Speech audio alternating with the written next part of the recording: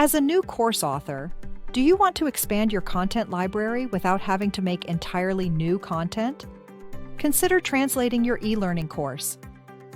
According to Transcend Translation, 76% of customers prefer products in their own language as opposed to their second language, and those customers are more likely to purchase products from companies that offer material in their native language.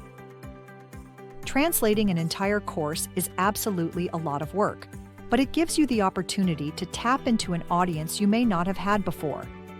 Let's say you translate your course to Spanish. You'll open up your course material to both native Spanish speakers and people who speak Spanish as their first language. At the URL Doctor, we have plenty of experience translating courses into different languages. Want to learn more?